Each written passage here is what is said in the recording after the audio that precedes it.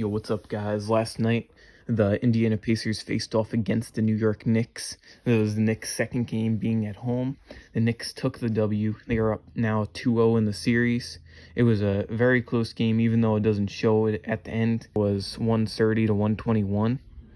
And even though it looks like far-fetched that it was a close game, it was closer than what the score looks like, because it was nitty and gritty throughout the whole game. The Knicks are facing some bad injury concerns because Brunson left the second quarter with a right foot injury, and then it was like a sore right foot, and then he came back in the third quarter, didn't even get taken out of the game, which I thought could have been a little wary for the coach Tom Thibodeau to do that in case Jalen Brunson worsens his injury.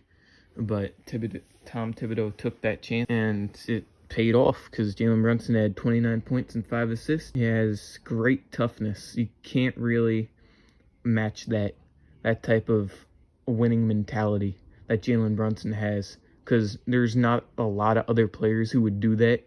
There's a lot of NBA players I could tell you that wouldn't come back in that game and would just sit out for the rest of the game. I've seen a lot in the past of watching NBA basketball. Being OG Anunoby, he had an amazing game with 28 points. He was balling out. He was making threes. He was driving. He was finishing at the rim. And he was doing whatever he could against that Indiana Pacers defense because they couldn't stop him. And most of the time the matchup was against his former Toronto Raptor teammate, Pascal Siakam. So OG Anunoby definitely took the... Well, actually, if you look at it from this perspective, OG Anunoby left the game with a left hamstring injury. So you could say Pascal Siakam kind of won the game, but if you're talking about matchup-wise specifically, since Anunoby had 28 points and Siakam had like 14 points, Anunoby definitely won that.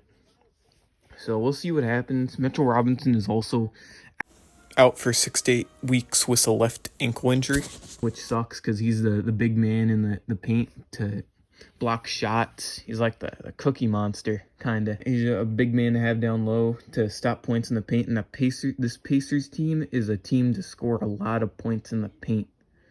That's something to be a little scared of going into the next couple games of the series. Can't take this team lightly, even though they're a 6 seed. They're a very skilled team. Tyrese Halliburton played great in last night's game. He had 28 points with 9 assists. And same as Obi Toppin. He was hitting his threes and doing his thing. Doing that Obi Toppin thing.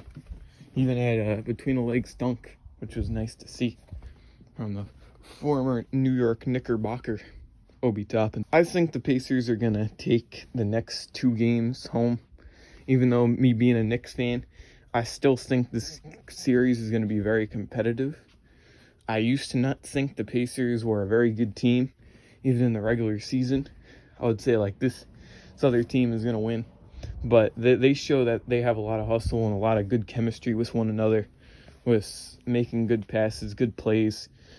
So it's a team to watch out for sure. With them taking the 2 games at home, and it's going to go back to New York, which I think New York will take that game. Hopefully, this left hamstring injury from OG Anunoby is nothing to be worried about for the next couple games. And if I'm the coach, I'm taking Anunoby out for the next game. But Tom Thibodeau is a very strict coach. He sticks to his rotation, even with injuries, and he'll have the players play more minutes because he's that type of coach. That's what he does. Doesn't really care how many minutes you're playing. You're going to keep playing those minutes. It doesn't care if you're tired.